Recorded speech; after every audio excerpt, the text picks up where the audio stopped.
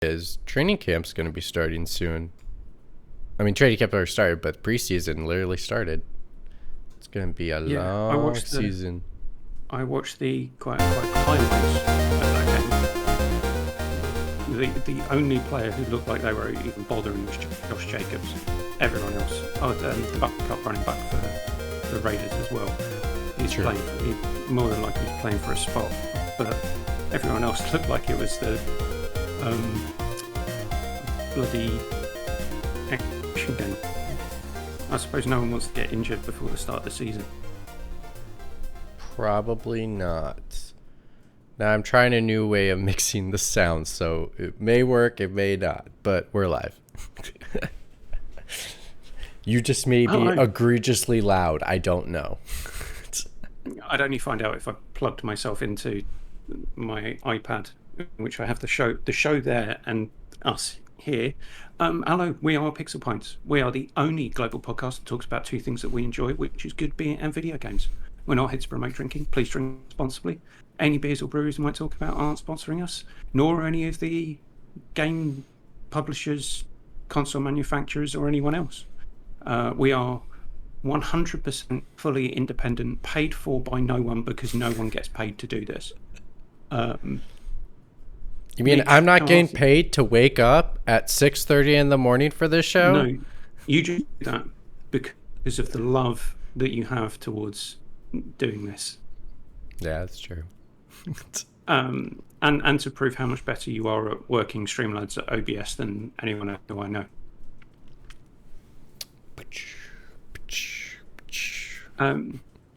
How are things in LA? It's normal week. Well, actually, we got multiple days off this week. It's called a wellness week. It means take some time off and enjoy your wellness. So I've been sitting at home playing a lot of video games. I played God of War again just to refresh my memory, getting ready for Ragnarok. And for some reason, because I know the magic of the PlayStation, of the DualSense controller, I decided to play some PS3 games. And so I started to put in Infamous, and I started replaying that again. So that has been more fun than I expected to be. So I'm enjoying that. I kind of really wanted to play Infamous 2, but I was like, I kind of have to play the first one again because I don't remember everything. So let me just refresh the memory. So that's what I did. So that's what I've been up to. That and just getting well with my wellness. How about you? Good. Yeah, I have not had any wellness days. In fact, the last 2 weeks I was meant to have Friday off. Okay, Evan's going to join us in about 20 minutes because he doesn't understand how time difference works. The man who ran a podcast himself based across multiple different time zones for the best part of 2 years missed that part. But it does mean we'll delay the quiz. But Mitch, you are, as the person who was here ready to go, you will start with a bonus point. No. The man will show. And then we'll go. I'm not. We'll show, and then we'll go. I'm not taking the caveat of the extra point. I'm winning fair and square. I'm going to kick their asses fair and square. That would be fair. If someone else doesn't show up, you should win by default. Yeah, the last 2 Fridays I was meant to have off, and then my managing director was going on holiday and said, I need something ready for when I go away, which meant I had to cancel my Friday off to get that done.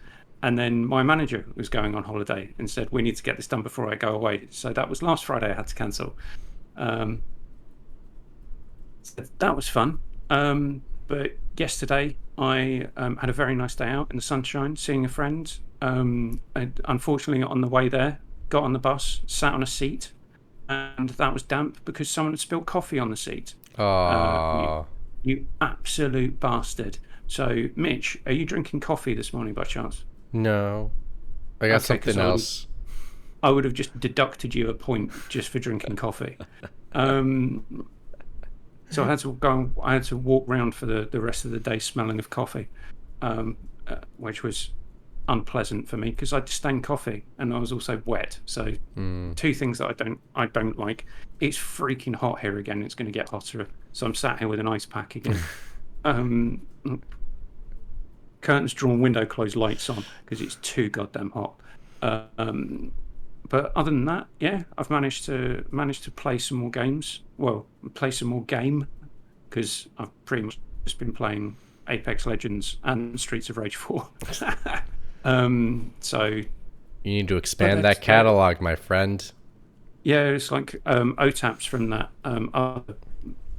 Singapore's favourite Essex-based podcast taking the piss out of me, saying, "What's the point of you having Game Pass if you don't even use it?" Because Streets of Rage 4 isn't even on Game Pass. It's not anymore, no. But I and then that game is that's so much better than Teenage Mutant Ninja Turtles: Shredder's Revenge. So much better. Touche. I did play Stray. Finished Stray. That's what I. Oh, yeah, but I think I did that last week. Did you cry? Did you cry at the end, or are you a sociopath? Oh, I'm a bastard. I didn't cry at all at the end. I thought it was actually pretty meh. I also thought the ending was one, predictable by like a mile away. Two, it was meh. And then for me, I think the game itself it's good. I think because I'm not a cat lover, it's not great. But I think if I was a cat lover, I'd be like, this is great. So because I'm not a cat lover, I saw through I see through its crevices, where it's like the animation. You can see its flaws more clearly. Yeah, because if you were a cat lover, you'd probably forgive some of its quirks. Because some of it is like cute and clever, and you're like, oh my god, yeah, that's something a cat would do. And like it you get that moment, but then it rubs off so quickly because you're not a cat person. You're not like, oh my god, I'm gonna scratch this rail for 30 minutes like my cat, which is no big deal. Probably an achievement for that. I don't think there is, but yeah, it wears off very quickly, and like you can notice things like, like, and I understand this is a small team. It's not a AAA game of any capacity, but there are flaws. There, like, the animation is, it's good, but when you link multiple animations together, it comes off very jittery and very very robotic. Like the mechanics work for the most part. Some of it has some flaws in it, especially rolling that ball into the can. When I missed the first time, I ended up finding a way to bug up the game so I could make the ball launch 50 feet in the air, so I could go back up the stairs so I could push it back down to get the achievement. So it's annoying. It's annoying when things like that, particularly for achievements where games fight against you. Yeah. It's like, get the ball. Well, like, it's a secret trophy to get the ball into the canister, but then the issue is if you miss, there's no way to get the ball back up. It's like, how play the whole game again. Well, I think eventually I went to go do one of the missions and I came back and the ball was back up there, but I was like, there should be a way for me to roll this ball back up. There should be a way for me to do so. And the only way I got the ball back up was I spun around and my tail whacked it, and then all of a sudden it must have been a bug because the ball flew like 20 feet in the air and then went all the way to the other side. And then I went over there, tried to like get it to go, and it just the movement is also. From what you've said, there's two things in here that would make it Game of the Year, because people talked about the buggy physics in Zelda Breath of the Wild. Oh my god, it's great! You can do so much stuff with the physics, and it's amazing. They've left all of this in, or did they? Or did they just realise that actually we can't fix any of this, and there is going to be buggy glitches, and people can physically launch themselves from one side of the map to the other? But we'll just leave it in and say that it's meant to be like that, and you can play with the physics engine. Do you think that's what they did here? They learned from Breath of the Wild. No, I think this was just a happy accident. To be honest, it comes off as the game was just like they had to get it out. That they weren't able to test everything. Yes, Shelburne, I read your comment. Hilarious. Mitch, if you provide the cup, Mitch will put those on your balls. um, but yeah, I also think like the movement to like roll the ball around. Like I can understand why they put the ball in the end and all you have to do is just like whack it by walking next to it, because trying to maneuver the ball by walking is almost impossible. It is so bad with the controls there. So, I mean, where do I sign? It will be when we set up the Patreon, Shelburne. It will be one of the top rewards. Mitch ball cupping. He's already signed up. He's signed up for it, maybe, or he's been volunteered, and he's not said no. So I take that as agreement. Well, have I been playing anything else? I played. I've started another playthrough of the Dark Pictures anthology, A Little Hope, which is so much better playing that on the new TV. Oh my god, I got the new TV on Thursday last week, and my life has changed. Wait, have you played the Quarry yet or no? No, I haven't played the Quarry. Okay. When Big Phil thinks that I deserve to have it on Game Pass, I will play it. Until that time, he doesn't think I deserve it, so I won't play it. Big Phil doesn't think you don't need a lot of games with your life. No, I need a lot of games, but I just don't end up playing most of them. Well, to be honest, the like this month, like usually Game Pass has like at least one good title in there. I have not seen a good title on Game Pass in a bit. And then also I saw like 3 good ones on PlayStation Plus this time around. So like Stray, still a good game. And then you got like Tony Hawk Pro Skater 1+2. Jesus, that's a steal. What was the third one? There was Little Nightmares and then one other game. I can't remember what the third one was. Jesus. Well, that'd be 4, but that's not the third one I'm thinking of off the top of my head. But anyway, it seemed like I was like, wow, PlayStation is stepping up their game in their library to really just make Xbox eat their Game Pass.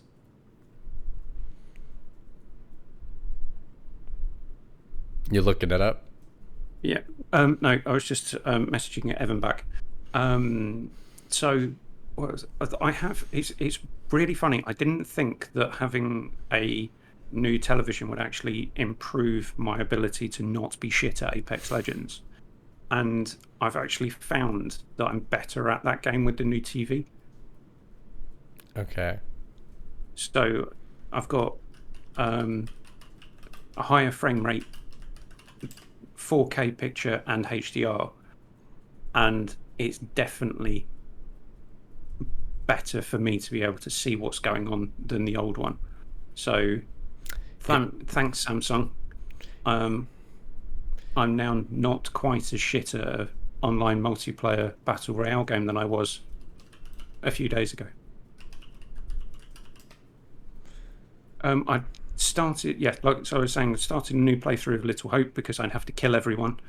That's what it was. It was Yakuza Like a Dragon is for Yankee. Like a dragon, kicked for the very first time. That's the last time. That may not be the last time we do that. Right, as you might be able to tell, we are filling whilst Evan gets his shit together. Mitch, have you been playing anything else? Is it in your wellness time? So basically, what Naughty Dog said, taking the cynical James Stephanie Sterling approach, they ground you into the ground because the game went gold. Then you had to do a load of crunch, and they said, right, have a couple of days off next week, and shut up and be happy about it. That's exactly what happened, wasn't it? I saw the internal memos myself. I personally did not crunch. Well, you might have done on your wellness days. You might have got some fitness activity in. That was good. I didn't play anything else, to be honest. I cleaned my apartment. That's what I did, and like put all my games away. That I was like, oh yeah, I finished this one, Horizon. That can go in the bin. I don't need to play that anytime soon because, like, I thought about it just now, and well, I've been thinking about it for a while, but like. Here I started at the beginning of the year, which we need to figure out the fantasy draft thing because of all the I'm delays. still in conference with myself about that, because Okay. there could be a fun thing to do, and then there's probably the fairest thing to do. Okay. But like what ended up happening was I picked it to win game of the year. And then I was like, what an other disappointment that game was this year. Like it was just a good game. It wasn't a great game. And I think everyone, including myself, was expecting it to be a great game. And I don't know. It just kind You're of saying shocked it's me a little bit. the sophomore slump of Yeah. Guerrilla Games. Well, I mean, and again, we talk about it. There's a, maybe you want to go back into our archive. There's a episode we do a spoiler talk about Horizon. Very long spoiler talk. Not as long as another show.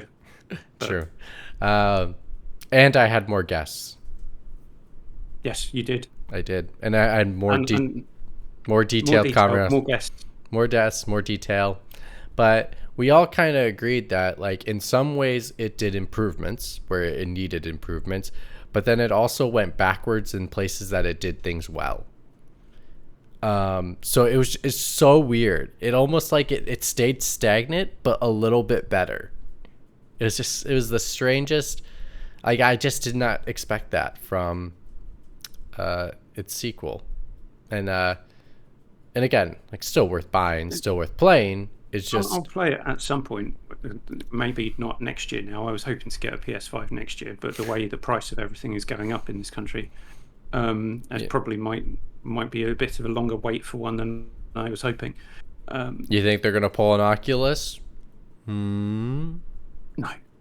Raise the price? I don't think they will. No, they don't need to, because the yen is doing so badly against the dollar and the pound at the moment. They are raking money in, and even the euro. Yeah. So I mean, there's nothing. This largest, economy is their shit. largest market. Yeah, Sony's largest market, same with Nintendo, is not Japan. It's the US and Europe. Yep. So there's the only reason that they would raise the price is just to gouge people, and I don't think they would do that. Yeah, I don't think they'll do it either. They're not Mark Zuckerberg. Yeah, that's what. Anyway, let's launch a project that's niche anyway, and then let's basically set it up to fail by making the price point so high that only a very few people can afford to get it. Yeah, and it's not like you have a killer app or anything on it. And then they got Facebook. Well, and then the government is also cracking down on them too, from buying other competitors to have sole ownership of the metaverse. So, like, it is not looking good for the Zucks. What? But isn't if you take what other media companies are doing and trying to create their own metaversi? I have no idea what metaverse. Metaverses, yeah, probably metaverses. So, if Microsoft wanted to, they could probably come up with their own metaverse. Facebook are doing one. I mean, Sony PlayStation, they had one. Yeah, so Sony could do one, linking all of their film IP. Yeah. Well, I think they're starting to build out their film IP, because they really didn't. Yeah. They were more known for, like, a blockbuster every now and then, but they're really well known for, like, their Academy type films. Yeah, but owning Columbia, it is Columbia Pictures that they own, isn't it? Yeah, Sony Pictures. But that doesn't have a lot of properties connected to it. Like, well, now it does, because they're starting to build out that repertoire. But let me look it up. I don't think they have a lot of franchises. Yeah, but it's less about franchises and more about the rights to IP. So, from that purchase of Columbia Pictures, what IP rights did they gain from that, rather than publishing rights? That's the pertinent question. If Sony corporate wanted to launch a metaverse. A challenger has entered the ring.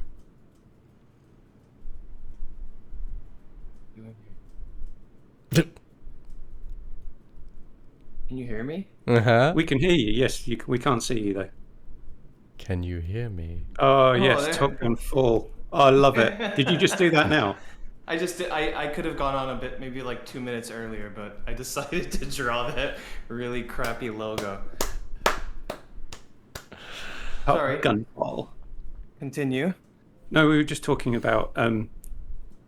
We were just filling till you were here because obviously you are more important than both Mitch or I.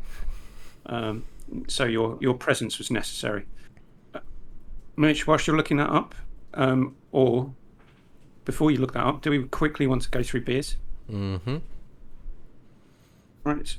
I've got a selection near me, a mixture of low alcohol and alcoholic. I'm sorry. So, I'm sorry. Before we start, we must owe Evan an apology. Because from the bar rescue man himself stated that the proper way to pour a beer is an Evan pour. Yeah. No, so that depends on whether it's coming out draft or out of a bottle, and also if you're pouring lager or ale. Nope. He just said to pour your beer. Well, he was pouring shit beer. I mean, if you want to be technical, yeah, it depends on the amount of carbonation that you're trying to release. So when I it does said depend, when I said he was pouring shit beer, Siri picked that up and said, "I don't know how to respond to that." You don't, Siri. You just sit back and say, "Yes, he was pouring Stella Artois out of a bottle, shit beer. Pour it however you want because it's shit beer." I'm not drinking shit beer. I am drinking Doombar Amber Ale, which is a 0 amber ale from Sharps Brewery in Cornwall, which is nearly all gone. But I wouldn't say that was amber. I'd say that's closer to a red ale for me. Yeah, it's quite dark. But that's really nice. I'm going through kind of it being a school night. It's not a school night for Evan because he's on summer break. From Spain, I have Freedom Lager, which is again a 0% lager, and then I've got the full-bodied Innocent Gun lager beer. So this is a craft lager from Scotland, and it's amazing. And then it's good. And then the last one is one of my favourites in hot weather, the Hobgoblin Gold from Witchwood Brewery. They also do an absolutely amazing cider. So if you can pick up anything from Witchwood, they do not make bad beer. So that's my selection. There was every now and then, I don't know who the companies that make the deals with batches of beer in Japan, but there's one company called Yamaya, and years ago they must have just made a deal with, who is the brewery that makes like Witchcraft and Hobgoblin and that? Witchwood Brewery. Witchwood, yeah. So they must have made a deal, and they just got this huge amount of those beers into a liquor store, a liquor chain in Japan, and that I think it was maybe 4 or 5 years ago was my first time having Hobgoblin, and they don't have it anymore because it usually, whatever contract that runs out, they might not extend it or renew it. But I remember really liking Hobgoblin. Yeah, so there's Hobgoblin, which is the ruby ale. I've got the gold, which is very gold. That's really good. It's much lighter, and they've also got King Goblin, which is a stronger beer, and then they've got Goliath as well, which I think is about 8% ABV. But then they've got the cider and various other stuff that they do. But yeah, Witchwood is one of my favourite breweries. Evan, I saw you pouring the Kirin Ichiban Shibori. Yeah, being a bit boring again. So I have my my Ichiban Shibori. One of the main reasons why I Hold haven't been your on the mic. podcast. Hold your mic closer to you because you're echoey. Because Sorry. you're in your Is it- space. This room is. Yeah, this room is bad. Oh, we'll get it into the frame. There you There go. you go. There you go. Is that better? Yeah, Okay. much better. Oh, that's So- so much better. You sound sultry. Okay. I bet Shelburne's hoping that you might provide a cup for his balls as well. No, if there's money involved, I'll do it. Pay this house loan off in fewer than 35 years. But one reason why I've only really been drinking this stuff is I actually have a few nicer beers saved up in the refrigerator, but they are sip beers. They are like a 9% oatmeal stout. I cannot have that at midnight on a Sunday, so I've been holding off on those, unfortunately. But the other beer I do have, and I believe I've had this on the podcast before, is the Premium malts. Jesus. Yeah. Yeah, of course, Japan and their misuse of the article "the," slapping it on everything. The premium malts, and this is their special Kaoru ale. It's a Japanese ale. Actually, the Suntory factory is very close to here. I pass by it when I go to work. And they do the Yamazaki, the Suntory whiskey that's famous for from Bill Murray in what's the name of that film? Lost in Translation. But yeah, they also make beer too. This is good, but I actually do prefer my tried and true Kirin. I do have I have a beer from Okinawa, but it's downstairs. Maybe I'll bring it up, maybe I won't. But No, yeah, I'm kind of don't drinking worry about boring it. stuff today. Mitch, you're on. I'm glad you're not on the coffee for reasons explained earlier, because I would have to deduct you points. Do you have any interesting? Oh, you're on that Alani not Red Bull energy drink. Yeah, it's 200 milligrams of caffeine, if I remember correctly. It is, and it's a little more natural with all its other ingredients, so it tastes better too. How do they quantify that? It's a little more natural than say Oh no, I'd say it's no. no, it's just it's more it's like it's like vegan, gluten free, and all a bunch of stuff. Oh, fuck off! This is vegan. There's so many beers that are vegan, and people just doing it out of a commercial advertising sense. They're saying, so what? Yeah, but when I read the ingredients list, at least it's way more. Like at least yeah. When I read the ingredients list, at least like some of it I actually understand compared to Red Bull. None of the ingredients make sense on a Red Bull. Wait a minute, Keith. Are you saying that BrewDog isn't doing good things for the environment? And Yeah, dude. Brewdog. just kidding. Well, as much as their owner is meant to be an absolute scumbag, they were one of the first breweries globally to actually make their entire operation carbon neutral. So, is Yeah, I is did that see that. okay? Is that okay? I can be an arsehole, but I'm being nice to the environment. Yeah, sure. Both things can be true, I guess. But Yeah. when you don't know what to say, just start throwing out things like both things can be true, or at the end of the day, I don't know. If you have nothing nice to say, don't say nothing at all. Just start throwing out all that very wafer thin doesn't really mean anything type of phrases. I love, Evan, your setup because you have the camera in not the same position of where everyone else is. So you're like looking away, but you're trying to make yourself look at the camera every now and then. I need to, apparently with the iPhone, the whatever 16 OS update, you're actually going to be allowed to use your iPhone as your webcam. So my MacBook is here, but my new monitor is here, and there's no real way I can actually set this up. So I was going to buy a really nice webcam last week, but I heard about the update for the whatever version 16 OS, and if I can turn this into a webcam, which would be better than any Logitech webcam currently out here, and I can put it on top of my monitor, I'll just do that. So hopefully that comes out soon. I don't know when it's supposed to release. You've got the was it the 13 Pro as well? No, this is an 11 like basic Why am I holding it over here? Jesus Christ! So I've had this thing for like 3 years, maybe. I thought you had a pro for some reason. Anyway, right, shall we? Quiz. Yes, let's move on to the quiz, which Mitch very nearly won by default. Now, there's a theme to this quiz today, and Evan, this is in honour of you. Okay.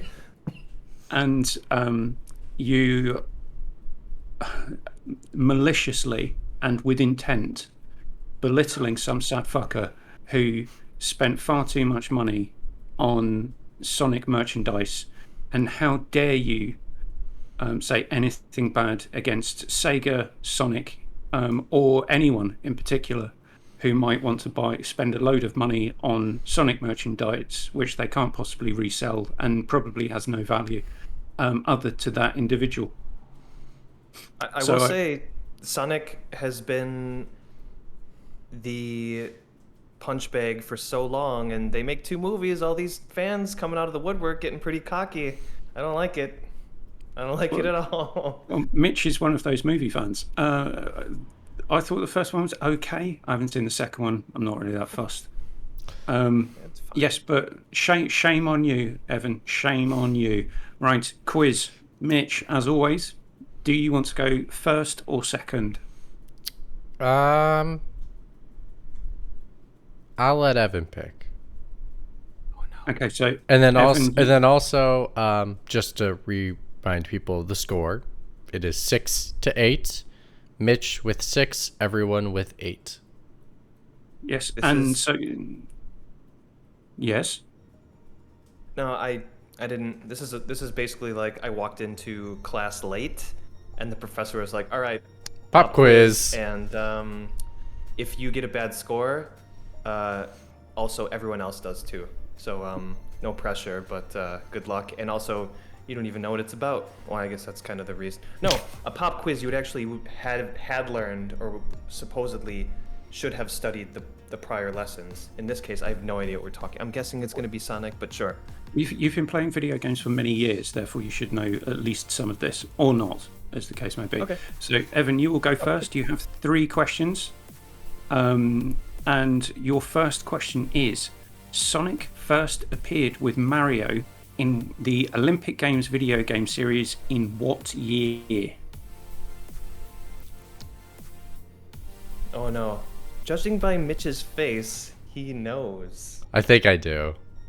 Well, the first 2 questions can't be offered. The third one will be.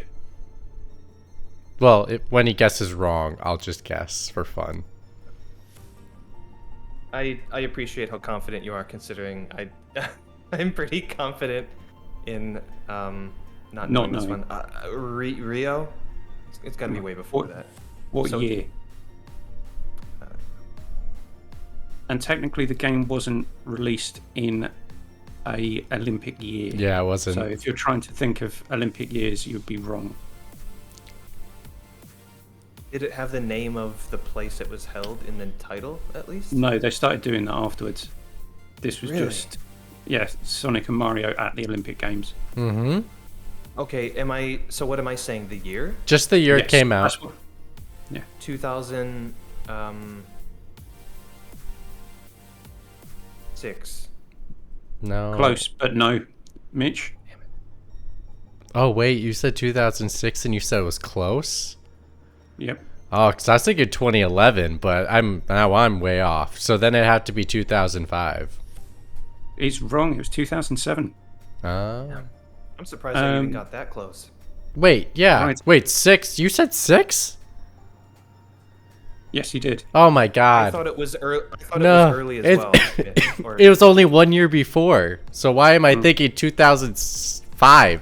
Damn it. It's It would have, technically close though. He didn't say higher or lower. but like my logic makes no sense because the Olympics was in 2008. So why the hell did I say 2005? God, You're like, let's do it earlier. like I Let's said keep going back. I said 2011 when the Olympics was in 2012. Like my logic did not transfer. Maybe that's what this drink does. It makes you stupider. It makes you think so fast that you go back in time more. Right, Evan, your second question. Sonic Riders from 2006 got a sequel in 2008. What was it called? I never even heard of it. Sonic Riders 2. Is a good guess, but it's not right. Sonic Rise of the Riders. It was Sonic Riders Zero Gravity. Right, and for your last question, so there's two parts to the last question, which is one to you, and then if you get any of the following wrong, they can be offered to Mitch. So Sonic Boom, as a subset of the Sonic franchise, has had how many entries? Video games. Yes. Okay, not the show. Sonic Boom Rise of Lyric.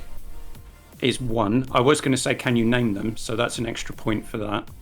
So you got 1 point so far. Why do I know? How do I know that? I have never played this game. It's a bad. How many games? You're not saying like ported. No. Actual entries. In Actual the series. standalone entries. Did So they you- have more than one? I only remember Rise of Lyric. I'm gonna say 2. Is wrong. It was 3. You've named one. Do you want to have a go at the other 2? And if you can't get them, Mitch can have a go for extra points. I know none, guessing- so it's not even worth your time. Is this just Sonic Boom plus subtitle? Yes. Sonic Boom. Fall. Sonic Boom Fall. Fall of verse. I don't know. Right, so Sonic Boom Shattered Crystal. Oh, And the other one was Sonic Boom Fire and Ice. really? Did they? Was there like a not a DS, but a 3DS entry in there? You know, was there some wind in that title too? You know, and some earth. That's just... And some, yeah. Right, It's completely Mitch. go. Yeah. Mitch, your questions. Sonic had an Xbox Connect game released in 2010. What was it called? Oh my god. Sonic Connect? It was Sonic Move? It involved movement. Oh. Sonic Free Riders. Oh. Pff. It was part of the Oh. Sonic Riders series, but it was a Connect exclusive. And because you had, you could play it freely. Maybe. Right. Question 2. Sonic Generations released in what year?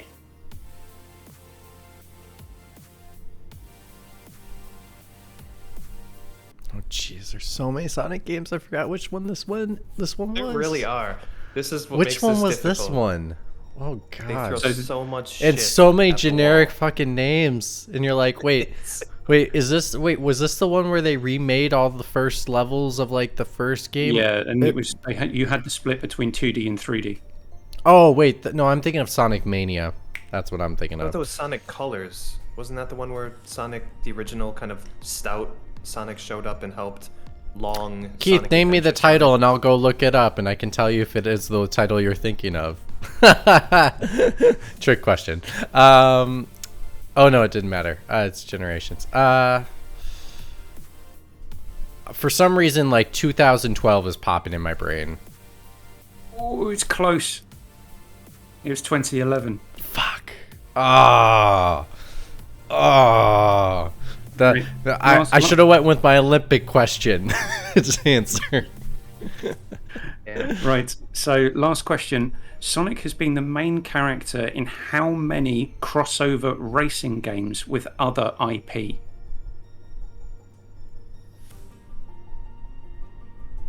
With racing. Now, And can you name now them? is it solely racing? Solely racing. So like the Olympic one, does that count as a racing No, game? that does not count. This Okay, is- because you are this is racing. Yeah, vehicle-based racing game.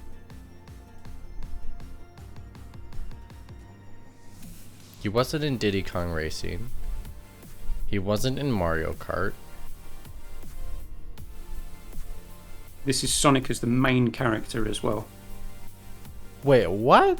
So wait, repeat the question because it sounds like it comes. It sounds like. So basically, your question sounds like a double entendre. No, it's not. Sonic has been the main character in how many crossover racing games with other IP? The main character on a crossover with another IP. Well, there's Sonic. Not another, with other IP.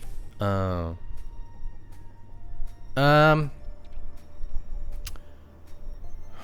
swear Mario and Sonic have had a racing game. Nope. Shit. You'd think that'd be smart.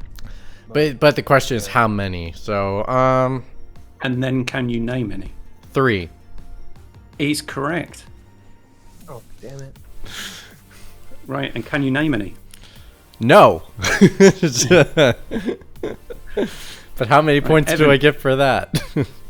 Well, you get 1 point for that. Evan got 1 point from his questions, but Evan, can you name any for bonus points? Sonic Adventure Racing? Nope. Damn it. I played one of these with a friend in Milwaukee. Sonic. It was free on PlayStation Plus. We played it. It was terrible. Yep, and it came out Sonic. 2-3 years ago. Yeah. Sonic Oh, Team Racers. Sonic Racing. Team Sonic Racing is 1, so that's an extra point for Mitch. There's 2 more. Oh, he can. I he can covered come in this from on the- my from the YouTube side channel. After he's done. I didn't know Yes. that was part of the rules. Team Okay. Well, you Sonic. just said, Well, isn't Team Sonic Racing a sequel to actually a Sonic Racing game? Just Sonic it is. Racing? nope. Team Sonic Racing R. No. Right, so do you want these? Yeah, Are you exhausted? I'm exhausted. I give up. Right, so Sonic and Sega All-Stars Racing, Sonic and All-Stars Racing Transformed, Kind of which garbage and then name the is that? For that name. And then the sequel to that one was Team Sonic Racing. I completely forgot I did that for a YouTube channel. Right, so Mitch, well done. You won that round. You got 2 points to Evan's 1. So that means the scores are 7-9 Team Everyone. All right, everyone. No, I no, no, tried. no, no, no. It is 8-9 Team Everyone. I bridged the gap. Oh, you had 6, yeah. It's 8-9. I'm terribly sorry, Mitch. I have- deducting I have- points from you for no good reason. I have bridged the gap. It is only a 1-point difference between me and the collective sum of the rest of the podcast. Don't worry, Right, Evan. They'll so- come for your head later. Just be like, It's okay. way to go, Evan. You gave Mitch more points. Well, Liam would be watching this, the archive of this, just screaming at you. He'd be like, it's know. Team Sonic Racing. You bloody We've all learned bastard. that Sonic is a beautiful, beautiful franchise, and you should never chastise anyone for liking Sonic / collecting their. Shit. Especially It's for liking merchandise. one and the only greatest Sonic game ever. Sonic Heroes, Sonic Heroes. Da, da, da, da, da. The guy grabs the microphone and starts screaming in it. I don't know Yeah. if anyone's seen that, but it's great. That's So you should just learn to take a fucking joke. Well- How about that? Evan, Evan, that's a real deep cut because you know when that conversation happened? That conversation happened 6 years ago with you, me, and one Sir Vin Hill. We did talk about We that. did talk moment about that moment like during 6 the years Sonic ago. Experience. Yeah. Whatever it was, right? Yeah. That's a deep cut. That's a deep cut. 6 years? Oh my god. Yeah, I've known you that long. Yeah. That's That's why I've Evan known- drinks so much. I've He's trying to known- blot that from his mind. I've known you, but I've never actually met you physically. Yeah. I think I'm That's the only great to person think on this about. podcast that we've actually met in person. Yeah. I almost met Burkoff. you're I the was only- so close. I will meet Burkoff one day. He's only 5-hour drive. Right. So, shall we move on to the actual topic? And Evan, this was the topic that you suggested. So, I'll remind you of the one that you suggested, which was games that turned us on to a genre. Would you like to introduce and start us off? No, because didn't think I was going to be on this episode, so give me some time to think. For his own topic. He didn't even have an Oh, example. Suggest the topic and don't even have an example in mind when you Yeah. suggest the topic. This is how much work we do on this show. Thank you All very right, much, everyone, I got for one. listening or watching. I got one. Mitch, save me. The Bloodborne got me into the Souls games. Are the Souls games a specific genre, though? Yes. Evan, will you allow that as subject master? Yeah, I will allow that because Bloodborne is the one Souls game that I got into, and also it allowed me to appreciate the formula. I haven't played any of the other games, so I can't compare the games in this subgenre, but is the one that I played and I got what everyone had been talking about. I've heard enough about the genre, whatever you want to call it, subgenre, from podcasts that I kind of understand the tenets of it. And Bloodborne is definitely the one that I was able to get into and finish and get why people like those games. Yeah, So I'm with you. Please. I know. At first I did not play. So like I played this game once. So I played the game in college. I was playing the game. I think I got like 20 minutes in and I just fully said, this is not for me. I did not understand it because of the context of you pick a character, you pick the design, you pick your backstory, which then sets up your stats. And then they literally just throw you in the world. You get killed right away from the wolf monster. And that's like meant to happen because that's how you get your first weapon is when you're in the graveyard. But I just never understood. I was just like, I don't get it. This doesn't flow. What is it that people love about this? I just don't get it. So then I put it down and I think I walked away from it for like a good year. Like I did not touch it for another year. And then I was like, okay, I'm still in college. I'm going to give it the college try. Here we go. And I sat in and I really hunkered down on this game and I kept playing. And I couldn't stop playing. Even when I was pissed off and throwing my controller lightly on the couch after every time I died, I was pissed off and frustrated. But the magic of that game was, and I think it really, maybe I'm going to get this word wrong, exacerbated, or what is it? Exacerbated. Thank you, exacerbated. Was my tendencies as a gamer, especially in boss battles. My tendency to be aggressive when they have a little bit of health yet left, thinking I can be super aggressive right here and win this instead of being patient. And I think that's what the game taught me a lot. And I think it's actually helped me in other games, the patience of combat. And because I always was a person that's always super aggressive. Whenever I would get stats, I always go for attack power. I always went for attack power. I never went with defense. I'm always the one that's like, just mash the button and get done and get out of here. And that was one of the few games that really taught me strategy. It's taught me in a combat system. It really taught me to be, resilient, patient, really understand like what enemies are doing. Like I think I paid attention to what enemies do in other games, but I really didn't pay attention to like actually what they're doing until I started to play that game. And it actually has applied to so many other games I play today, and I think I've been a better gamer for it because of it, which is very fascinating to think about. But anyway, it's still my favorite of the series. I have not played any of the Dark Souls, but I did play Sekiro. And Sekiro was okay. I think it's a very different style, comparative. But no, I really like Bloodborne. I really would like a sequel. But yeah, I think that was one that turned me into the genre. I played Neo then after that, and I thought Neo was okay. I think like out of the Souls games, out of a not Souls, like being a Souls genre, I think it actually is really difficult and it has a pretty good combat system. I think the difference though was the story, the lore was not as interesting as Bloodborne was. I think they really botched the story. Like they could have really done something special with that Neo franchise, and I think both games fell short in regards to like the story, because for me, Like Bloodborne was fascinating, but one thing that I wished was I want more story, because like the world is super interesting. You learn a lot through reading things, and like yeah, I tried to put pieces together, but I ended up watching a YouTube video after just to put it all together for me. But like I wish that they kind of did that naturally without having me look up all the pieces and try to put all the pieces together myself. I thought that would be way more fascinating. So the story was actually interesting when I watched a video about the lore of Bloodborne based off all the documents that they had.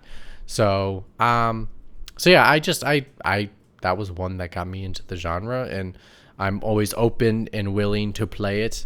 And it's also maybe a reason why I really like God of War, is because it reminds me of a lighter Souls type game. And I think it does a really good job of making it accessible to the player, while still having those nuances of the Souls type genre. Are the attacks for God of War the default controls on the R2 and L2 buttons? Yep, Like that's the default. like Bloodborne? Yeah, Yeah. yeah. I remember playing that. I'm like, oh, okay, this kind of reminds me of Which I guess Bloodborne. their head combat guy is a massive Souls fan, so that's where his inspiration was for the combat system. I think I totally would have been against God of War controls switching from maybe your square button. Well, you can set it And the there. like. There is a Right. option to do so, and then people say, But- "I learned my mistake," and then put it back. And switch it back. Yeah, but I played so much Bloodborne that when I think I played Bloodborne quite close to God of War, and I liked that they had put the attack buttons on the triggers. Yeah. It just felt right. It's funny that you a lot of what you said is very, very similar to me, where there are so many games, Mitch, where the difficulty is at the level of, once you can cheese enemies a lot and you can just like move in quickly and just hack them and they get staggered and you kill them, and Bloodborne is not that type of game. And like you said, you do have to, every different kind of enemy you meet, you either die, or what the game teaches you, if you have to take it slowly, learn where your openings are, learn how you can dodge, learn when you can shoot your gun to get the stagger. It's like a And real it does fight, basically. It's like not it totally enemy. teaches you like patience and strategy in an action game, where most of those games you can just go in there and hack. Yep. Square, square, square, square. You know, hit the enemy in the air, like a Devil May Cry type of game. And Well, it's interesting yeah. because this is, I can't believe it's this long ago, but I went to the video game exhibition at the Victoria and Albert Museum in 2019, and Bloodborne was at that exhibition, and it was there was a video playing, and it was one of the game directors saying exactly what you were saying, Evan, saying we wanted to make a style of game that made the player have to think about each interaction. So it's promoted patience, learning, and then deliberate action. Well, and that was the magic Not- of the game, though, was like I always remember when I got frustrated when I died, especially like in boss battles and stuff. My roommates would go like, "Oh, like," and I would say like "stupid game," and I'd say that out loud. But then I would explain to them and saying like, "No, it's really not stupid game. It was all my fault. Like, I could count probably the amount of kill. Like, I died 100 times or something, like a few hundred times.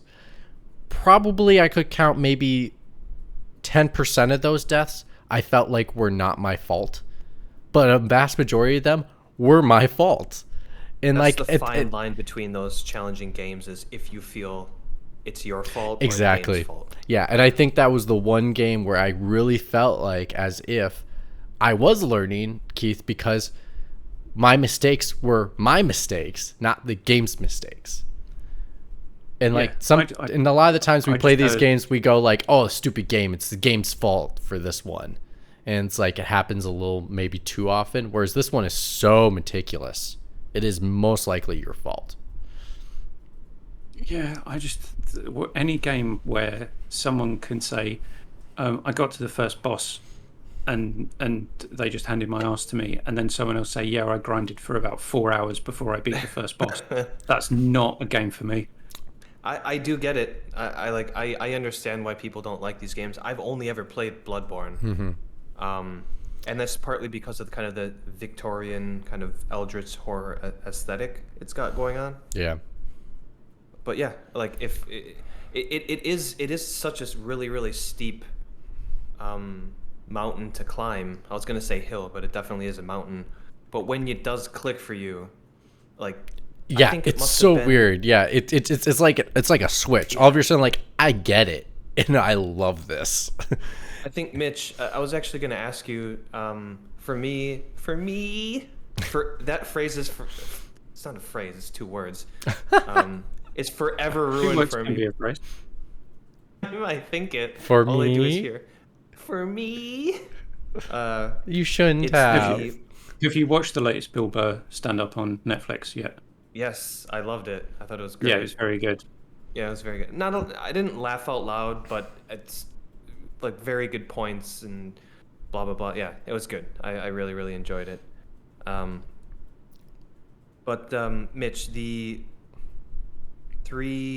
when you take on the 3 enemies in the swamp, the guys in the cloaks, and once you kill like one guy has fire, the other guy starts like snakes start flying out of his cloak. That's when I beat those 3 guys who drove me absolutely nuts. That's when it hit me that I like absolutely love this game. Oh, it hit me sooner than that. I think it was Gascoigne? actually it was sooner than that. I think it was the first boss, and I think This it was guy opened the first door. He's like, I love this game. You didn't even fight an enemy. no. I think it was actually the first. Just run past the werewolf and say, "Oh my god, this is the greatest Oh game my ever." god, this game is the best game ever. Well, I think it was first I realized. Well, one, it was like I was walking to a random spot, and all of a sudden I came upon a boss battle, and it was the one with. I think it was one of the first bosses you can fight before Gascoigne, which is the giant monster on the bridge, in front of the gate that's closed that you have to get to Father Gascoigne to use to get to the elevator. Right. Every Bloodborne fan that is not listening to this episode but wish they were is screaming into their microphones because we don't know the names of these. Yeah, I know. these bosses. And that person's called Liam. yeah. Yeah, I know. That's technically the not the blood-starved beast, but like the giant werewolf guy. Yeah, at yeah. the top of the. Yeah, We and are frauds. We don't like Bloodborne. We don't even know the names of these bosses. We But yeah. suck. We never beat these games. Oh, Yeah. For Fuck you, all you Bloodborne fans! I went to see an exhibition about it. So if you've not come to see an exhibition about it and seen the original He's a real notebooks, fan. Yeah. But that's kind of when it hit me, because it was like I did that boss battle, and then I finally realized to being like, oh, I'm underpowered. Oh, I need to just go around, keep practicing, keep getting better at the combat, and I ended up catching on that actually there are a few movesets from each of the characters that the boss mimicked.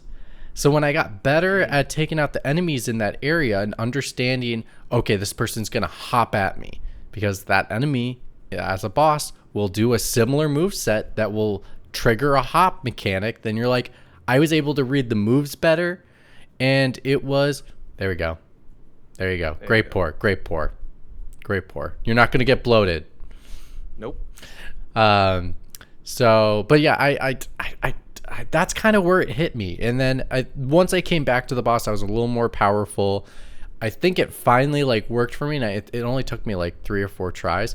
Gascoigne was the one that was like, "You son of a bitch! This one's taking freaking forever." And I was like, You gotta circle around tombstones and Yeah. kind of jank it. Well, basically, faster. I liked trapping him behind tombstones so I could slash him through the tombstones. The game does teach you like, hey man, Yeah, cheese it the hell out. But, one thing that Keith had said, when he went to his fancy his art exhibition with his cocktail and all that type of stuff. Yeah. I went full morning suit as well.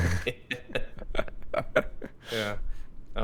Like being really rude to and the servers that pass by you and just like kind of passive aggressively like taking the food, like, what took you so long? I want my little like pate. No, it's not a pate. What he wanted was his Nintendo burger. I want my Nintendo slider. Thank you. You know, like he took that pate, and when he went to like the Nintendo area, he looked around, he just like fucking mushed it on the wall in like Mario's face, and fuck. It was the squidlings who were there actually. Drop, sir, drop the pate. It wasn't me. It was Hey, What's Splatoon 3? hey! They could do at Nintendo Burger, Keith. They could do Calamari. fried squid, fried calamari. There you go. We're making Nintendo Burger happen. Squidlings. That's not creepy at all. We literally need to contact Nintendo now to start this venture. And harass them, or what are we doing here? No, we're trying to create a Nintendo Burger. But Okay. anyway, but that's the one that got Go me. back and watch the last episode. Yeah, go watch it. I did. Oh. I did. Oh. I watch it. I watch every episode that I'm not on. Wait, so out of curiosity, before we move on to Keith's game that got him into a genre, what is one recommendation you would put on the menu for Nintendo Burger? This is gonna last for a month. This is gonna last for a month. You would turn into a food item. Yeah, Nintendo from IP, you would Nintendo. turn into a food item. So like we had a the Guiji yogurt. Luigi Sunday. We've had the Donkey Kong Tropical Freeze slushy drink. Cool.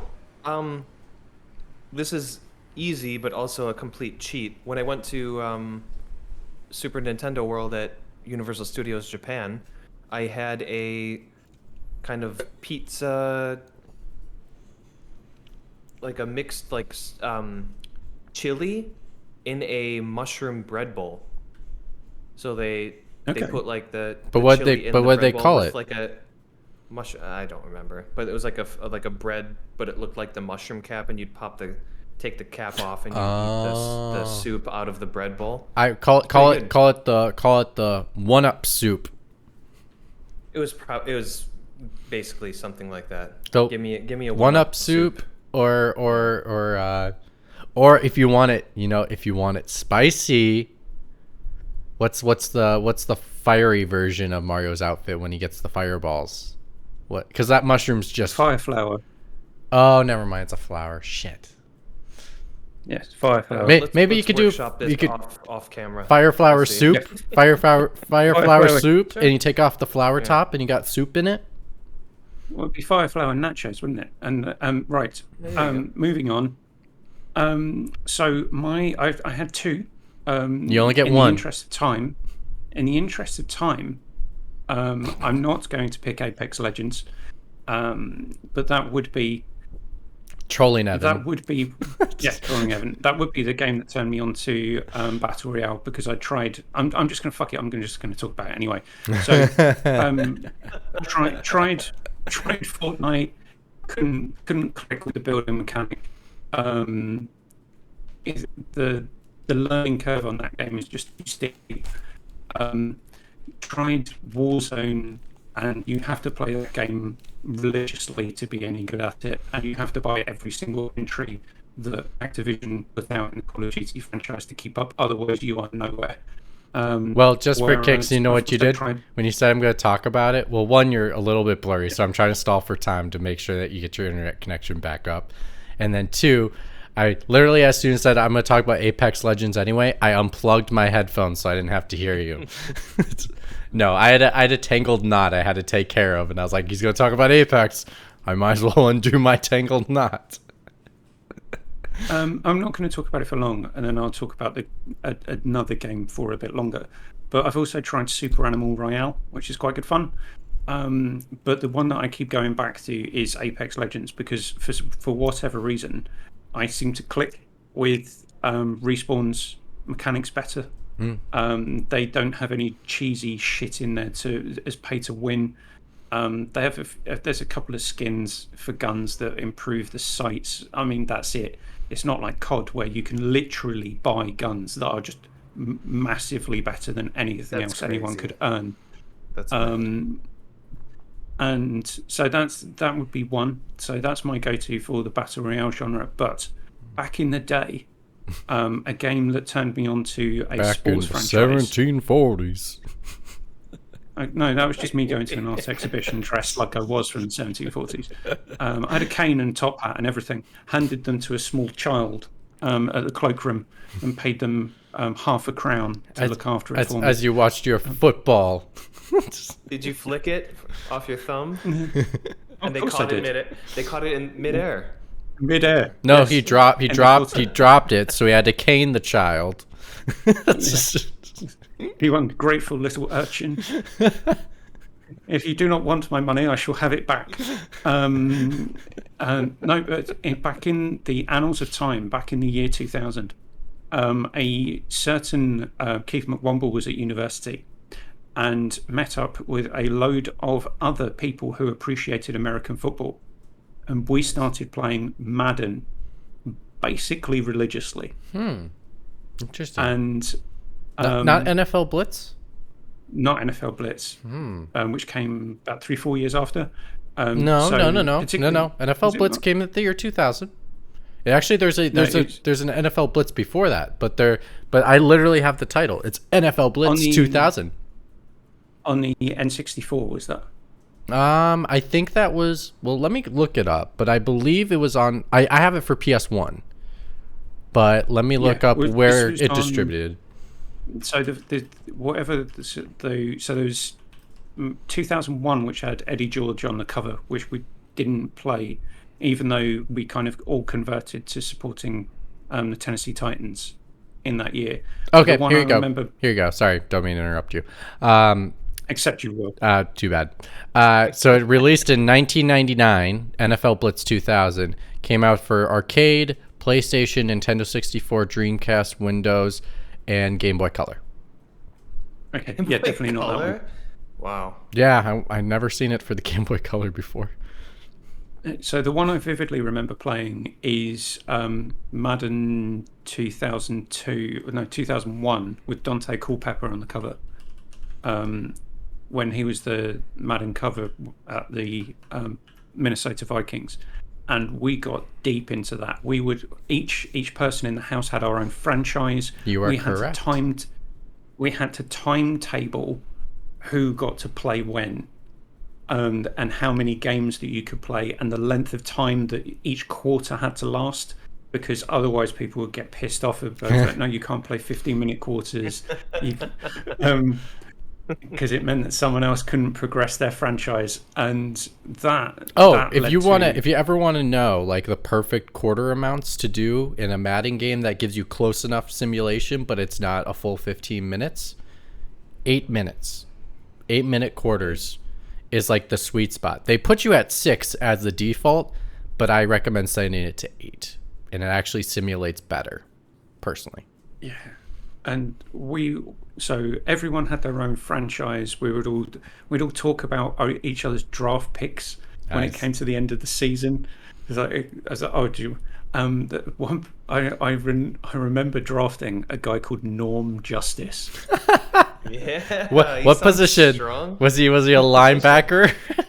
wide receiver. Oh, pff. Yeah. My but justice he- is my arm reach. The long arm of the law. So yeah, so we had all of that random stuff, and we did that for both years that I was in the house with these guys, and then that carried on after I left university, and I'd play Madden regularly, and then the dark times came. Ultimate Team. Oh no. And that's just like, right, fuck you. I'm not interested. I am out. I've again, Evan and I have spoken about this on a previous podcast of his. Is that I can't remember what Madden game it was, but it's just like, no, that's it for me. I can't do this, and I can't do this. I'm not getting involved with glorified gambling mechanics. So I'm not getting involved with feeling like I have to play this as a daily chore. I want to play the game because I want to play it, not because you're trying to make me play it. Yeah. But from say 2001 through to 2010, I played every single Madden game. See, I mean, I get you. I don't play Ultimate Team. I think I tried it the first year and I was like, why do I have all these sucky players?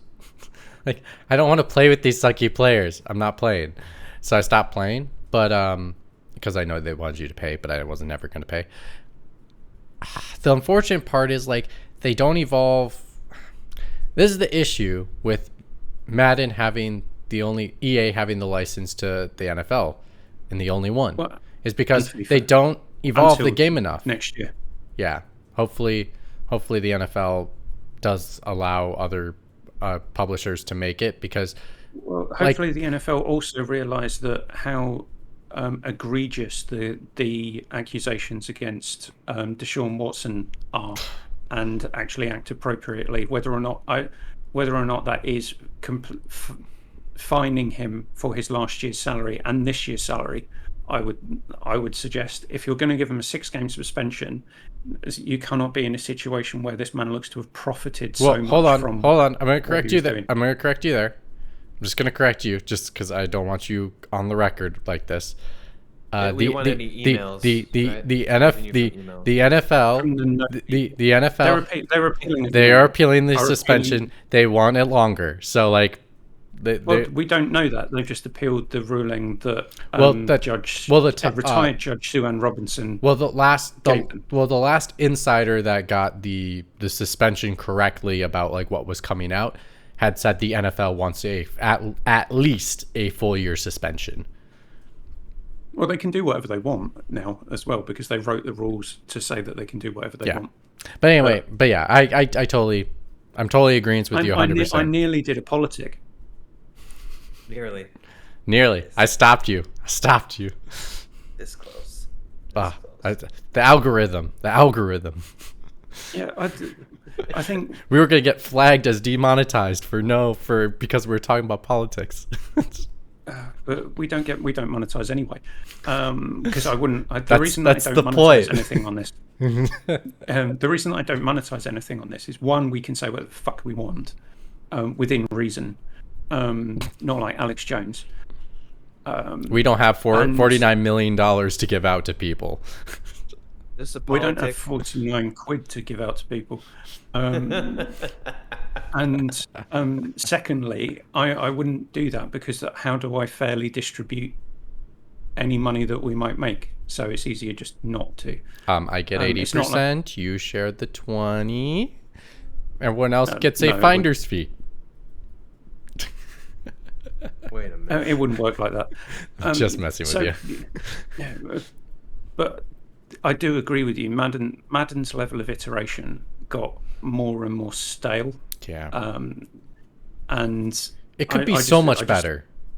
Yeah. I just went off it. It'd be interesting to see what they do this year, but I'm never going to touch it, because it's full of microtransactions and then in-game adverts for the own in-game microtransactions. No, do what Shelburne just said. Pay them in Roblox. I'm not going anywhere near Roblox, mate. That's one of the dodgiest companies on the planet. Okay, to promote child labor and child exploitation. And then there was the whole thing about that was so good. I'm going to do a politic quickly. The Roblox leak. Did you see the leaked presentation that they gave internally about we don't want to get bought out by Tencent? Oh Jesus! Really? Oh, that was great. Well, Ubisoft just got a little more purchased from Tencent. They now own 5% of the company. And then Roblox eventually sold out to Tencent, and their public media message was, "This is such a great thing for the company," and it's just the complete opposite of what was in the all-staff presentation. Yeah. I will agree with you though. Madden really did get me. Like, I was already interested in football, and I really got interested in football. I believe it was like 2008. That was the year the Bears went to the Super Bowl. And I think it was just part of the reason was my dad and my parents were divorced at the time, and I visited my dad, but my dad and I don't have a lot in common. I mean, he's the reason that I play video games. So, like, we talk about video games. We even talked about video games today. He keeps saying, like, "Oh yeah, I'm over that. I'm not going to play any more video games." And then he's like, "Oh, my wife got me a PS4. Oh, I just got done playing the new Resident Evil." And I'm like, "Oh, there you go, Dad." So you're never too old to play video games. My dad still plays them. and he's 50. That's probably for another episode. But Anyways. yeah. But anyway, I got into football when they went to the Super Bowl. So like he and I were connected over that because we would watch all the playoff games together. And then I went to his house to watch the Super Bowl specifically. But anyway, yeah, those games helped me understand football better. That was the one thing that I think those games made me appreciate football more of, is because they're simulated and because they use actual plays from the NFL. I understand the game of football more than I ever did before.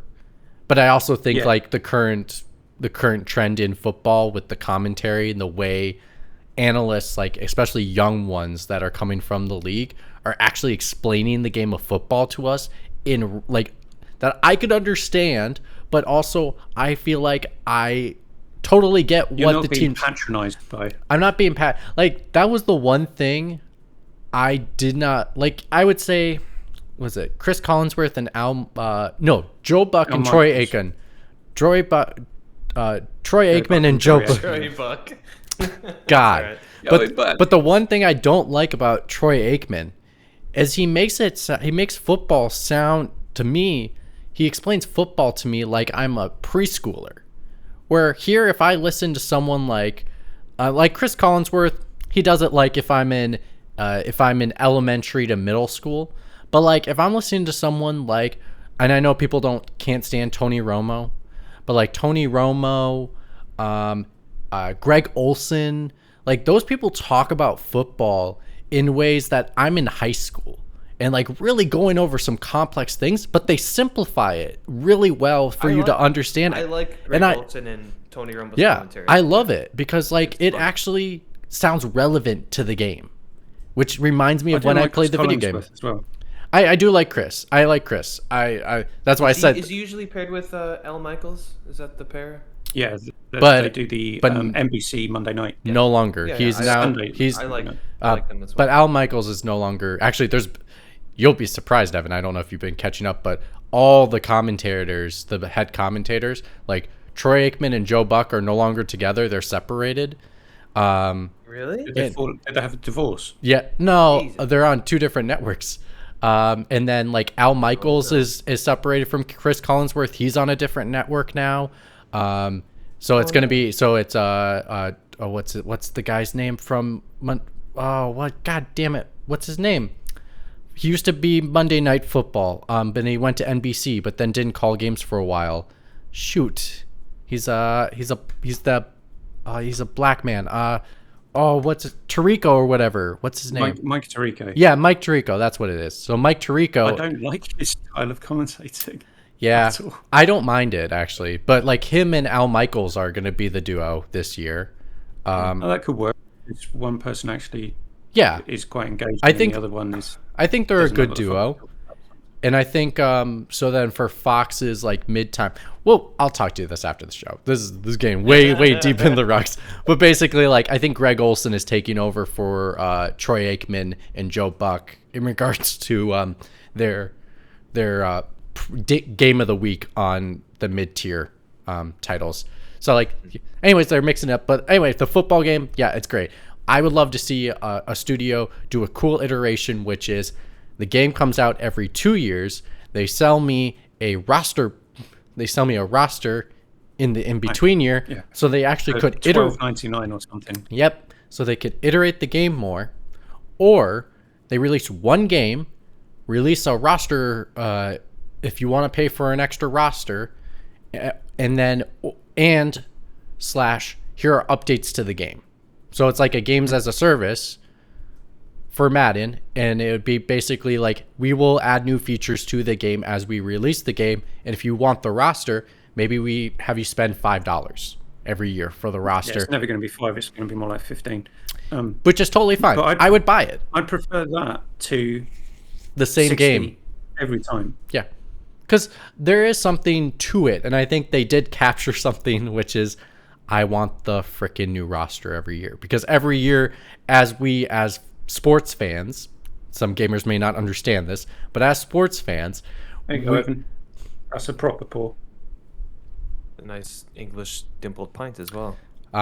Made in France. So, like, there's something they do capture with with the Madden, which is every year, us as sports fans, actually we have 3 different teams we cheer for, we have faith in our team to go all the way. There is that hope and that faith, and you want to have every year I get every year. And so you burned so badly. I don't pay attention to anything in the off season. And then you get burnt. It's heartbreaking. It's your drug, man. It's your drug. San Francisco Garoppolo. What a. Well, too bad he's not on the team anymore. It's Trey Lance, but still the 49ers. Yeah. It's basically bring it back to games. Bring it back. Sorry, to games. I have it. Okay, almost there. Almost done. It's every year we have a hope that our team is going to do something great, and we want the game with that roster. That's the thing. We want the game with the roster.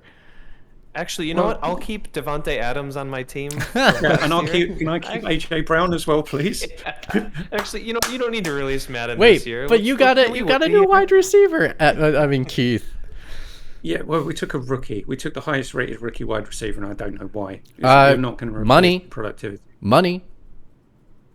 That was the it's just easiest answer. Easiest answer. It's money. You don't have to pay him.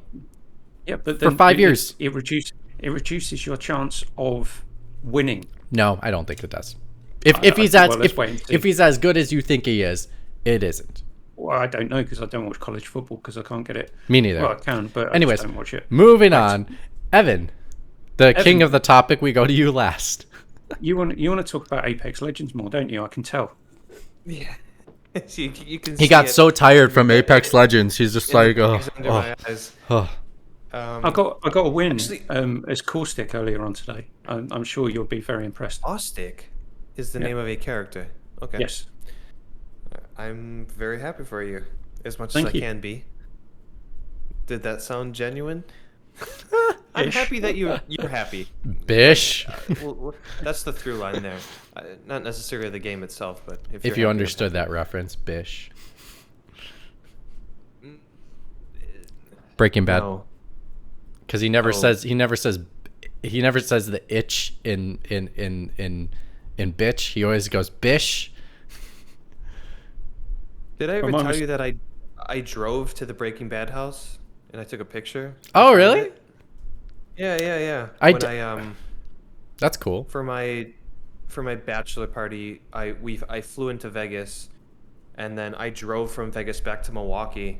Oh my God! 3 days. Yeah. It was like 12 hours a day for 3 days straight. And my friend was English, so he didn't have a license, so I had to drive the entire time. So, yeah, we went from Las Vegas to Albuquerque. We went to the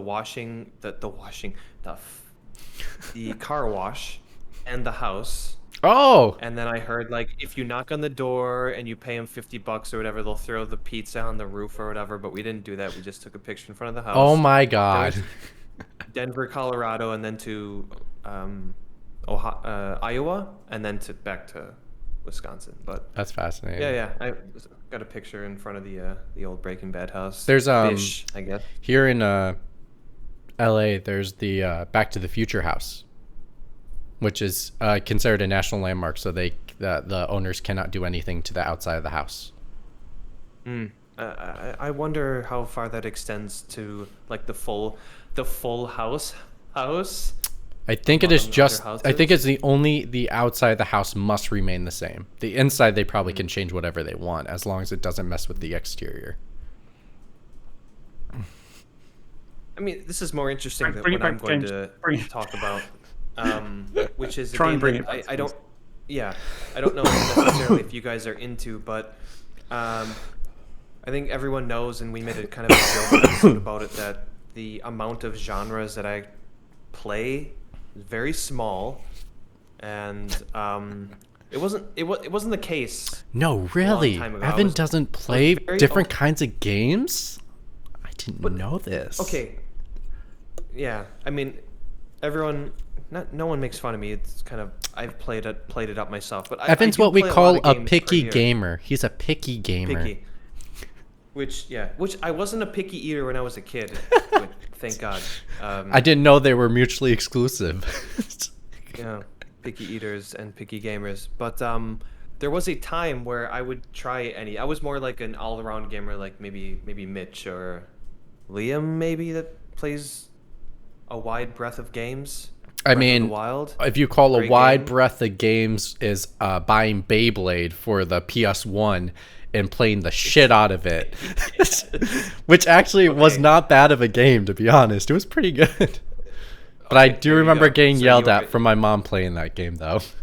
You are the all-around gamer then. But there was a time where I actually ventured out into more games, and the game that got me into isometric, I don't even know what genre this is, isometric PC game where you control things with a cursor, which is like RTS? complete kryptonite to me now. Fallout, the original Fallout 1 and 2. And I guess the full name of the first Fallout game is Fallout colon a post-nuclear role-playing game from 1997. That's the one that you can win in 15 minutes, or so you can beat the game in 15 minutes if you make all the right choices and do all the right things. Because you can Yeah, just it's you can go to the final boss and trick it into destroying itself. Then that's it. You've won. Well done, everybody. Wait, Tom Howard didn't make that game, did he? Todd Howard. he is not.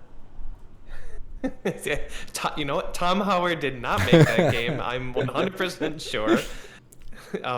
No, he's not on this list here. But No yeah, wonder, McWomble- because there was actually no promises of like people have entire day cycles where they live out their lives and you can talk to them in hundreds of conversations that are different to every single character. This was Interplay, really really old school, and I was not used to these types of games because the only things that I had come in contact with were Sega Master at this point, TurboGrafx 16, Sega Master System, Nintendo, Super Nintendo, and there was like a family friend that we'd go to their house maybe once or twice a year, and when I was young, all we knew is like the dad was super into computers. He had a really really nice job. They had a beautiful house, but their kids had like the newest computer and the best games, and we go there maybe twice a year, and I'd just be like marveled at like what a PC could do in terms of like fidelity of video games and that. And he had Fallout, and just going from complete flat 2D to like the isometric kind of 3/4 view absolutely blew my mind. And yes, I actually at one point I did have a mouse in my hand and I clicked on stuff and I clicked where people went, and yeah, it was amazing. And you would take turns. You had AP points, so you had to split your AP points between moving and also using your gun. Which is something that like I don't like. Like Live Alive annoys me because it's grid based, where you have to actually split your action points between moving on the grid and using your attacks. Something I don't like anymore.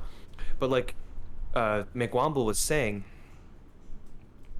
I'm not sure. I'm pretty sure like Fallout 1 is the same as Fallout 2, but there is a thing in Fallout 2 that I got so into these games that I ended up buying them myself, and there's just basically a speedrun way of getting through Fallout 2 where you can get the power armor way quicker than you possibly could in the actual game, and then somehow skirt through an area to get onto a ship that takes you to like the final area and beat the game in like 15 minutes or whatever. But the big thing about Fallout is one is your vault is run out of water, so the whole goal of the game is to find what do they call it? The GEC. It's like the acronym of I think that's the story of 3 as well. It probably is, because no one played Fallout 1 or 2. So they when just made it in recycle the story in 3D. Yeah, they Yeah. They just recycled it. expand the same story over and over again. Which I get. I think they saw what games are doing with 3D, and they're like, we can totally take all the cool shit we did in 1 and 2 and turn this into a 3D game with VATS, and it's going to be awesome. And it was, although I never played anything past 2. But anyway, so this is the type of game I do not play now at all. But for some reason, it was just... You know how some games are kind of perfect time and place? Like, McWomble, you were talking about Madden, where everyone around you was interested in football, and you got together, or NFL rather, and you got together and everyone was into it, and it just became this huge thing. There are these games that there's a certain time and place, and this was the game where I saw it at the right time and place, and I just could not stop playing Fallout 1 and 2. But then after that, I'm like, fuck that genre. Like, if I have a mouse in my hand, I'm clicking on windows to open or close. I'm not playing video games anymore. But yeah, I love those games. I think I go back and forth between 1 and 2. 2 is probably the better game, but 1 was the game that got me into whatever genre that is. But it's like top 15 games of all time for me. A lot of nostalgia built in there for sure, but yeah, it is definitely a genre that I don't really even play at all now, but at that time I absolutely loved it. So the topic was games that turned you onto a genre, and now that you've completely fallen off. Well, so it turned so them it's off, basically then you- on. It It turned them on, did then turn me off. on, but and then turned off. Yeah. It's like a light switch. Half there. On, I like off. how I thought of the topic, but I can't even adhere To the rules of your own topic. No, actually, well, thinking about it, I fell off Madden in. Actually, yeah. I was looking up the last go. Madden game that I played was Madden 07. Wow, you was a haven't long even time played a ago. modern one? No, I'm not touching them. I Honestly, feel like I'm- I feel like out of principle. Actually, no. I tried one of the ones on Game Pass. Okay. Well, I mean, they play good. Yes, do they though? I think they play well. It just feels like Madden to me, and I've had my fill of that over the years. And like I said, when it comes to, I want to start a practice session. So start the practice session. Here's a splash page for Madden Ultimate Team. It swaps to something else that tells me about what practice sessions do. Here's another splash page for Madden Ultimate Team, and then the practice session loads, and it does that every single thing you do in that game. Well, if you go to franchise mode, they don't splash Ultimate Team anymore on you. Oh, they don't anymore. I'm surprised. No, they actually never did. Like when you're in franchise mode, they don't splash Ultimate Team. They only splash it at the main page, and then when you get into franchise mode, then it never splashes Ultimate Team ever again. It did for whatever franchise, whatever thing I was doing, which was franchise, it was doing it. So whatever year that was, they must have stopped. They stopped doing that. I'm not going back. I think I don't. The point is, a game is fucked if there's pro tips to get through a menu without a bunch of shit getting. No, I get you. I mean, into your face to buy microtransactions. I mean, I never pay for Madden full price ever. I've always told myself I would never. That's the one game out of principle, I will not pay full price for. But I usually wait about like 2 years. I usually wait about a year between franchises. But Keith, Evan made me think of a topic. So as the topic master keeper, Yes. the topic for future episode would be games/consoles we would never play if our friends didn't have it at their house. Oh, I already got that. Both of you just went ooh at the same time. That's a winner. That's when you know you got a winner. When you both go ooh at the same time. Well, I mean, that's the classic. We haven't touched the 9-year-old classic though. kid. No, we haven't. No, I'm saying like the classic story of the 9-year-old kid. Oh yeah. The Running over stories to they your tell friend's about- house and you're like, oh yeah, yeah. oh my god, they got the GameCube. I can play GameCube games now. I actually have the tropey actual friend across the alley. I had a Super Nintendo, he had a Genesis. That actually happened. Oh, It yeah. sounds like Oh, no, I had the similar fakest thing. story ever, but it was true. Yeah. I had one of my neighbor friends that had a GameCube, and I had a PlayStation, so we would just hop between each other's houses all the time. And like he got Wind Waker, and that's how I got to get. I never beat Wind Waker, but that's how I got to play some Don't of Wind burn the Waker. topic, man. Oh, I got plenty of stories. Okay. I got plenty of stories. Don't worry about it. Yeah. So yeah, Right, future topic. Since both Evan and I got turned onto a gaming franchise or genre and then fell off hard. Talking of falling off hard, hopefully Shelburne hasn't fallen out of bed from listening to our dulcet tones, thinking about cups and balls. All day long. And on that note, Did I miss something? What happened to Shelburne? I haven't been watching the chat. I guess you'll have to And watch on the that beginning of the episode. watch out for Top Gun 4. Yeah. I don't even know if it's in the. Yeah. It's in. It's good. It's a good camera angle. Well done. I have We're an out. idea for a game.